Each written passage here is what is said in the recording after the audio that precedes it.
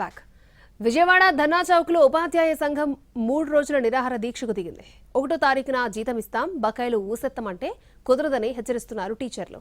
PRC కమిషన్ను నియమించకుండా బకాయిలు చెల్లించకుండా తాత్సారం చేస్తే పరిస్థితి తీవ్రతరమవుతుందని చెప్తున్నారు. సెక్రటేరియట్ ముట్టడికి కూడా సిద్ధమవుతామని ప్రకటించారు. దీనికి సంబంధించి మరింత సమాచారాన్ని మా ప్రతినిధి రామ్ మనకు అందిస్తారు. పెండింగ్ బకాయిలు చెల్లించకుండా 1వ తారీఖున జీతం ఇస్తే సరిపోతుంది అని ప్రభుత్వం అనుకుంటే కుదరదు. ఖచ్చితంగా మా డిమాండ్లన్నీ కూడా చెల్లించి తీరాలి అని చెప్పేసి ఫ్యాప్టో ఈరోజు నిరసన దీక్షకైతే ఏదైతే నిరాహార దీక్ష ఉంటుందో ఆ నిరాహార దీక్ష కూర్చున్నటువంటి పరిస్థితి. ప్రస్తుతం మనతో పాటు ఎస్టీయూ అధ్యక్షుడు ఫ్యాప్టో చైర్మన్ మన శ్రీనివాస్ గారు ఉన్నారు. సార్ చెప్పండి, ఎట్లాంటి డిమాండ్స్ ఉన్నాయి, ఏమేం డిమాండ్స్తో మీరు ఈరోజు నిరాహార దీక్షకు సిద్ధమయ్యారు? ప్రధానంగా మేము ఆర్థికపరమైన డిమాండ్లు, బోధనేతర కార్యక్రమాల మీద, అట్లాగే ఇతర అంశాలు 3 అంశాలుగా మేము ఈ ధర్నా కార్యక్రమాన్ని, నిరాహార దీక్ష కార్యక్రమాన్ని 3 రోజుల పాటు నిర్వహిస్తూ ఉన్నాం. ఇప్పటికే ఫ్యాప్టో ఆధ్వర్యంలో పోరుబాట కార్యక్రమంలో గత అక్టోబర్ నెలలో మేము ఒక ఉద్యమాన్ని చేస్తే ఒక్క డిఏ మాత్రం ఈ ప్రభుత్వం ఇవ్వగలిగింది. కేవలం మాకు 32,000 కోట్ల రూపాయల బకాయిలు ఉన్నాయి. ఇప్పటికీ 14,300 కోట్ల రూపాయల బకాయిల్ని దఫదఫాలుగా చెల్లించారు. ఇంకా 18,000 కోట్ల రూపాయలని ఎప్పుడో గుర్తొచ్చినప్పుడు కాకుండా రెగ్యులర్గా ఒక టైమ్లీ మేనర్లో మేము ఒక రోడ్ మ్యాప్ ఇవ్వాలని చెప్పి కోరుతా ఉన్నాం. ఆ విధంగా బకాయిలు చెల్లించాలని. ఇప్పటికే 4 విడతల డిఏలు ఇంకా పెండింగ్గా ఉన్నాయి.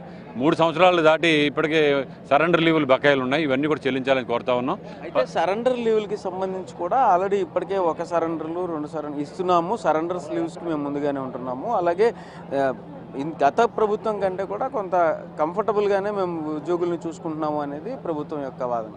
అయితే సరెండర్ లీవ్లు అనేది కేవలం పోలీసు మిత్రులకి వాళ్ళకి 253 కోట్ల రూపాయలు తక్కువ ఉంటుంది కాబట్టి, తక్కువ మంది కాబట్టి వాళ్ళకి ఇస్తామన్నారు తప్ప మాకైతే ఉపాధ్యాయులకి ఇంతవరకు 3 సంవత్సరాలుగా పెండింగ్లో ఉన్న సరెండర్ లీవ్ బకాయిలు ఒకటి కూడా చెల్లించడం జరగలేదు.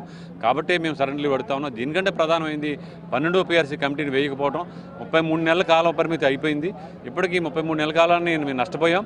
ఇంకొక 6 నెలలు 7 నెలలు గడిచిందంటే 4 సంవత్సరాల కాలం కాలగర్భంలో కలిసిపోయి మేము నేషనల్గానే ఉంటాం తప్ప ₹1 కూడా బెనిఫిట్ లేనటువంటి పరిస్థితి వస్తుంది. 10 సంవత్సరాలు పీఆర్సీ అమలు చేసే ఆలోచనగానే ఈ ప్రభుత్వం ఉందేమో అని చెప్పి అనుమానం కలుగుతూ ఉంది. కాబట్టి ఈ ఉద్యమాన్ని ఈరోజు నిరసన దీక్షల నుంచి నిరాహార దీక్షల వైపు వచ్చాం. త్వరలోనే సెక్రటేరియట్ ముట్టడికైనా వెళ్తామని చెప్పి ఉపాధ్యాయ సంఘాలకు మేము హెచ్చరిస్తా ఉన్నాం. త్వరలోనే సెక్రటేరియట్ ముట్టడికి కూడా వెళ్తాము అని చెప్పేసి చెప్తున్నారు. ఇక్కడ సెక్రటరీ జనరల్ ఉన్నారు. సార్ చెప్పండి, ఎట్లాంటి అంటే ఇప్పుడు ఈ డిమాండ్లతో పాటు అంటే ఈ గతంలో మనం ఇది బీఆర్టీఎస్ రోడ్డు ముట్టడి కూడా చూసాం మొత్తం అంతా. అయితే అటువంటిది ఏమైనా తీసుకుంటే తప్ప అవదు అంటే అనేసి ఉంటుందా? ఇందాక మీ స్పీచ్ని బట్టి కూడా అర్థం. అంటే మాకున్నటువంటి అభిప్రాయం, ప్రభుత్వం ఉన్నటువంటి ఆలోచన మాకు అలానే కనిపిస్తుంది. ఎందుకంటే 33 నెలల కాలం గడిచిపోయినా కనీసం వేతన సవరణ సంఘాన్ని కూడా ఏర్పాటు చేయలేదు. వేతన సవరణ సంఘాన్ని ఏర్పాటు చేయకుండా ఏ పీఆర్సీ అమలు కాలేదు. మరి వేతన సవరణ సంఘాన్ని ఏర్పాటు చేస్తే మనకు కొంత నమ్మకం ఉండేది. మేము డిమాండ్ చేసేది కూడా ఇదే, వేతన సవరణ సంఘాన్ని ఏర్పాటు చేయండి, 30% మధ్యంతర వృత్తిని ప్రకటించండి అని మేము డిమాండ్ చేస్తున్నాం. అదేవిధంగా మాకు రావాల్సినటువంటి డిఏలు 4 డిఏలు అయితే పెండింగ్ ఉన్నాయో, ఆ పెండింగ్ డిఏల్ని ఏదైతే సెంట్రల్ గవర్నమెంట్ రిలీజ్ చేస్తుందో వెంటనే రిలీజ్ చేసేసింది. వాటిని పెండింగ్ పెట్టాల్సిన అవసరం లేదు. 10 సంవత్సరాల నుంచి మీడియా మిత్రులు మీకు తెలియజేస్తుందంటే ఉపాధ్యాయుడు వారి జీతం తప్ప జీతంలో ₹1 పెరుగుదల లేనే లేదు. మేము చాలా